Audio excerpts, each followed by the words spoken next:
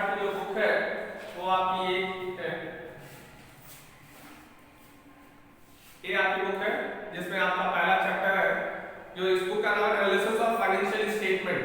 ठीक है, और हमने जो है इस डिबेंचर्स लास्ट क्लास में खत्म किया था। डिबेंचर्स के बाद जो इशू ऑफ डिबेंचर्स के बाद आपका रिडम्पशन ऑफ डिबेंचर्स है, जो कि इस बार के सिलेबस से हटा दिया गया। ठीक है, इसलिए उस चैप्टर को मैंने स्किप कर दिया है, चैप्टर को नहीं पढ़ा रहा मैं। उसके बाद हम सीधे थर्ड पार्ट पे आ गए, जो थर्ड पार्ट है आपका analysis of financial statement.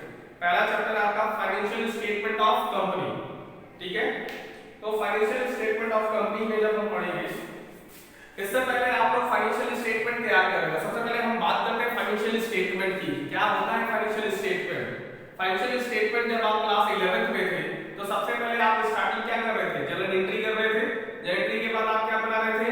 Ledger posting कर रहे थे। लेजर के बाद trial balance, and trial balance के बाद आप फाइनेंशियल स्टेटमेंट तैयार कर रहे थे। तो वहां पे जो क्लास 11th में आपने जिसकी फाइनेंशियल स्टेटमेंट तैयार की वो प्रोप्राइटर का था। ठीक है, यहाँ पे जो आपको पढ़ना है वो कंपनी के बारे में पढ़ना है। ठीक है, तो वर्ड्स तो लगभग सेम मिलेंगे आपको, लेकिन फॉर्मेट आपको चेंज बनेगा। तो फाइनेंशियल स्टेटमेंट आपका प्रॉफिट एंड लॉस अकाउंट बनता है, उसके बाद बैलेंस शीट बनता है। ठीक है, तो यहाँ पे जब आप फाइनेंशियल स्टेटमेंट आप जब प्रोप्राइटरशिप में पढ़े थे तो बैलेंस शीट आप बना रहे थे, तो आपका क्या था? जब आप बना रहे थे तो लेफ्ट हैंड साइड आपकी लायबिलिटी होती थी और राइट हैंड साइड आपका जो है एसेट्स होता था। इस वक्त जब आप कंपनी का बनाएंगे तो कंपनी में क्या है कि आपका लेफ्ट एंड राइट का कॉम्बिनेशन नहीं होगा।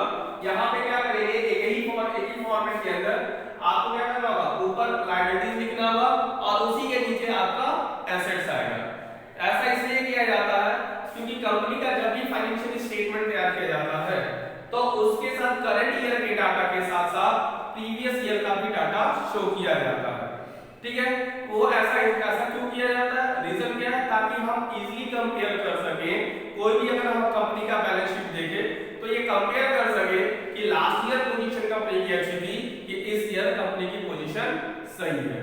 ठीक है, तो सबसे बड़ी बात ये है कि आपको बनाना किस तरीके से, सीक्वेंस क्या होगा, क्योंकि जब आप प्रोप्राइटरशिप का आप पढ़ रहे थे तो उसमें आप क्या कर रहे थे? दो तरीके से था, या तो आप करंट एसेट्स को पहले लिखिए और फिक्स एसेट्स को बाद में लिखिए।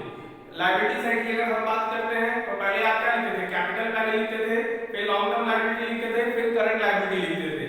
यहाँ पे क्या है फॉर्मेट, और दूसरा फॉर्मेट क्या था कि आप उसका रिवर्स भी कर लेते थे। लेकिन जब बात कंपनी की आती है, ठीक है, तो कंपनी बड़े लेवल की बात है, बहुत पैसा इन्वेस्ट होता है यहाँ पे, और विदाउट रजिस्ट्रेशन आप कंपनी ओपन नहीं कर सकते। तो इसका जो बैलेंस शीट का जो फॉर्मेट है वो एकदम स्ट्रिक्टली है और सबको यही फॉलो करना पड़ता है।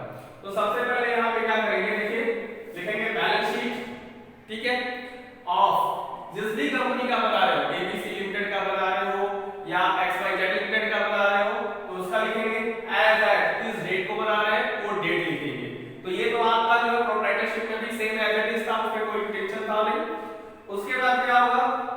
आपका जो है कितने कॉलम बनाएंगे? 1 2 3 4, टोटल 4 कॉलम बनेंगे, जिसमें आपका पहला होगा पर्टिकुलर, दूसरा होगा नोट नंबर, उसके बाद करंट ईयर अमाउंट, फिर प्रीवियस ईयर अमाउंट। इस वाले कॉलम में जो भी आप यहाँ पे शो कर लो, कैपिटल शेयर कैपिटल है तो शेयर कैपिटल, ये डिबेंचर्स है डिबेंचर, एसेट्स है तो एसेट्स, तो यहाँ करंट ईयर का आएगा और जस्ट उसके बगल में प्रीवियस ईयर का कितना अमाउंट का वो आएगा। ठीक, अब सबसे पहला जो आपकी हेडिंग होगी वो क्या होगी? सबसे पहले आप जो डालेंगे, पहला लिखेंगे दो ही है, एक आपका लायबिलिटी आएगा और दूसरा आपका एसेट्स आएगा।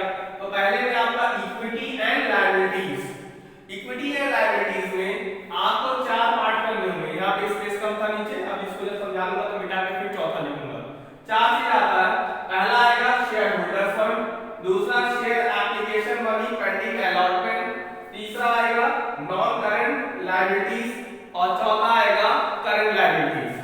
ठीक है, तो सबसे पहले हम देख रहे थे शेयर होल्डर फंड। देखिए इस बैलेंस शीट को अच्छे से समझ लीजिएगा। अच्छे से समझने का कारण क्या है? क्योंकि ये बैलेंस शीट आपको भले बनाने के लिए ना आए, लेकिन इसके बाद जो चैप्टर्स है, ठीक है, कॉमन साइज बैलेंस शीट, ठीक है, कंपैरेटिव बैलेंस शीट, तो वहां आपको बनाना होगा। तो हालांकि कोई बहुत हेडेक की बात नहीं है, वहां आपको ऑलरेडी फॉर्मेट मिलेगा, उसी फॉर्मेट के हिसाब से आपको बनाना होगा। ठीक है, लेकिन हेडिंग एंड सब हेडिंग के इस चैप्टर से 3 नंबर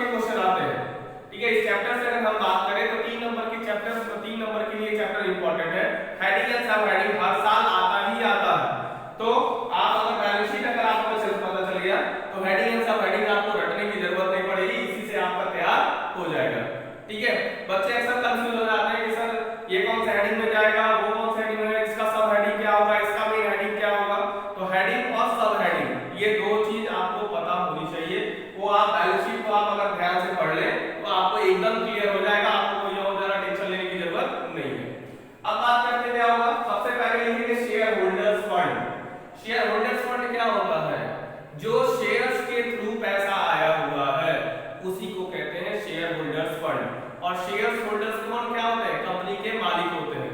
तो उनका जो भी प्रॉफिट एंड लॉस का बैलेंस होगा वो भी यहीं आएगा, जो रिजर्व एंड सरप्लस होगा वो भी यहीं आएगा। सपोज दैट कि आपसे एग्जाम में पूछ दे कि जनरल रिजर्व का हेडिंग और सब हेडिंग दोनों लिखिए, तो जनरल रिजर्व का सब हेडिंग क्या होगा? शेयर होल्डर्स फंड, और सब हेडिंग क्या होगा? Reserve and surplus.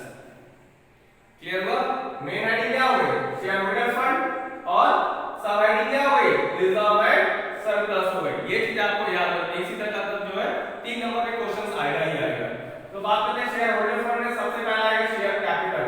Share capital में दो आते हैं शेयर, एक प्रेफरेंस शेयर आता है और एक इक्विटी शेयर आता है।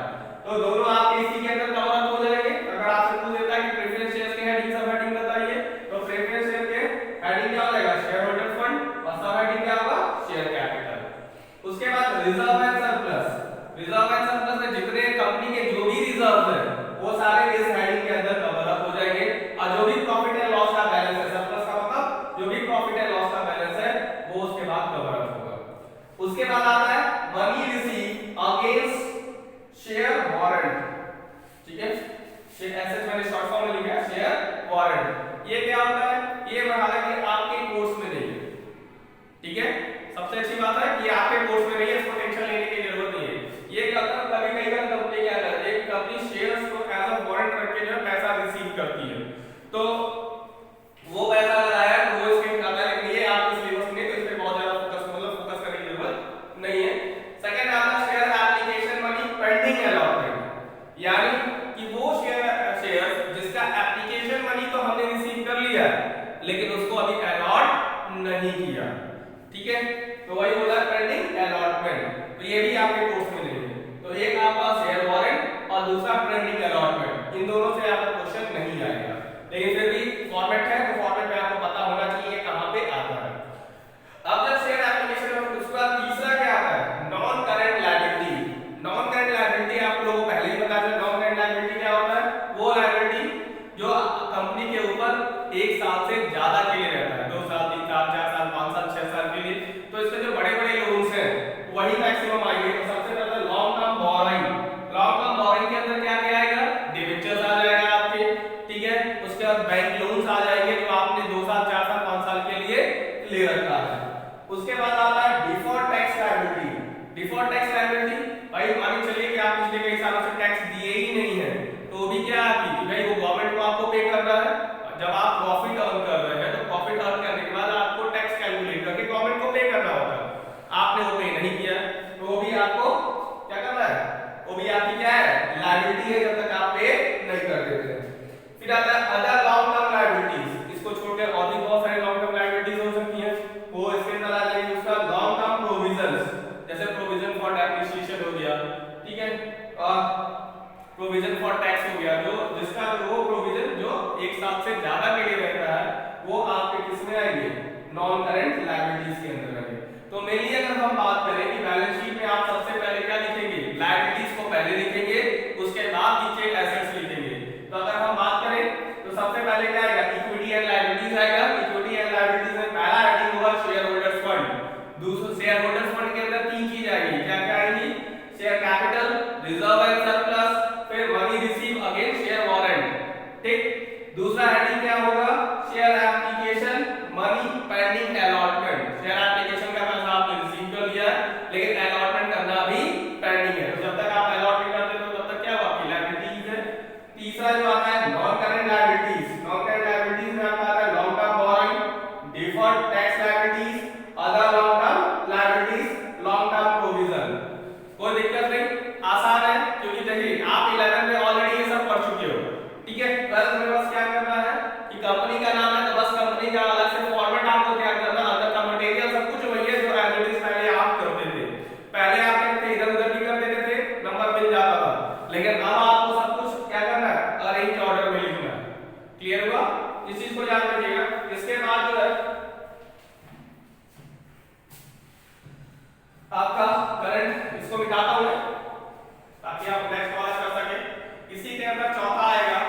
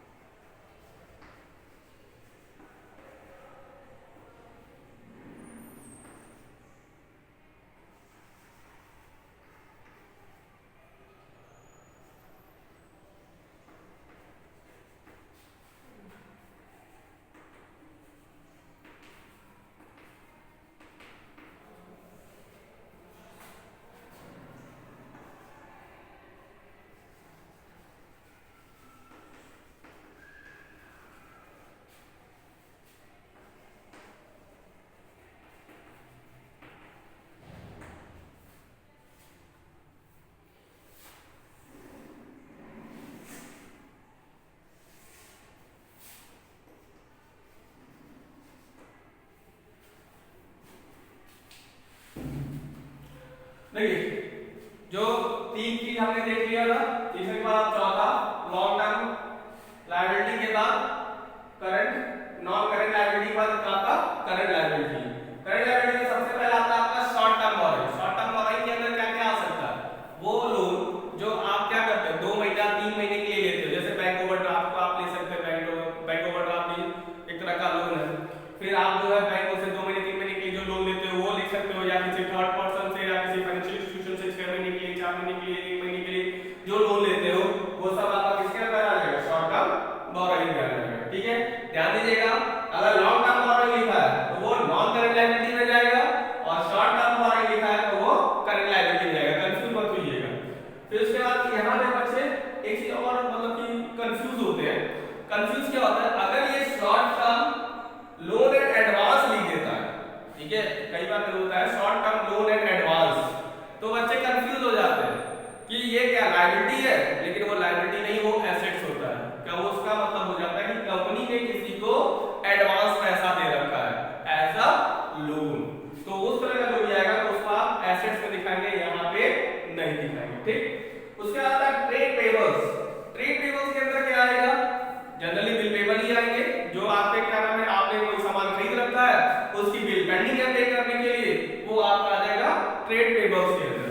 ठीक, उसके बाद आता है अदर करंट लायबिलिटीज। ठीक है, अदर करंट लायबिलिटीज के अंदर क्या आएगा? जैसे फॉर एग्जांपल के तौर पे आउटस्टैंडिंग सैलरी हो गया, आउटस्टैंडिंग रेंट हो गया, ये सब क्या है? आपके जो है अदर करंट लायबिलिटीज है, ये सब उसके अंदर कवर अप होंगे। उसके बाद आता है शॉर्ट टर्म प्रोविजन, जो 2 महीने 3 महीने 4 महीने के लिए प्रोविजंस बनाए जाते हैं, वो सब किसके अंदर आएंगे? शॉर्ट टर्म प्रोविजंस के अंदर आएंगे। ठीक है, तो ये था आपका लायबिलिटी का पार्ट। लायबिलिटी के पार्ट में आपने देख लिया। ठीक, कोई दिक्कत? फिर से एक बार रिवाइज कर लेते हैं, देख लीजिए लायबिलिटीज में आपने क्या लिया? सबसे पहले क्या था आपका? सबसे पहले आप ऊपर लिखेंगे इक्विटी एंड लायबिलिटीज। उसके बाद क्या लिखेंगे आप? उसके अंदर 4 पार्ट है। पहला पार्ट क्या है? Share holders fund. Share holders fund के अंदर 3 चीज आती है। क्या क्या आती है? Share capital, reserve and surplus, उसका money receive against share warrant. उसके बाद दूसरा हेडिंग क्या चलेगा आपका? एप्लीकेशन मनी, ठीक है, पेंडिंग अलॉटमेंट। एप्लीकेशन मनी आपने रिसीव कर रखी है लेकिन अलॉटमेंट करना पेंडिंग है। तीसरा क्या आएगा? Non current liability. Non current liability के अंदर लॉन्ग टर्म बोरोइंग, ठीक है, default tax liability, other long term liabilities, long term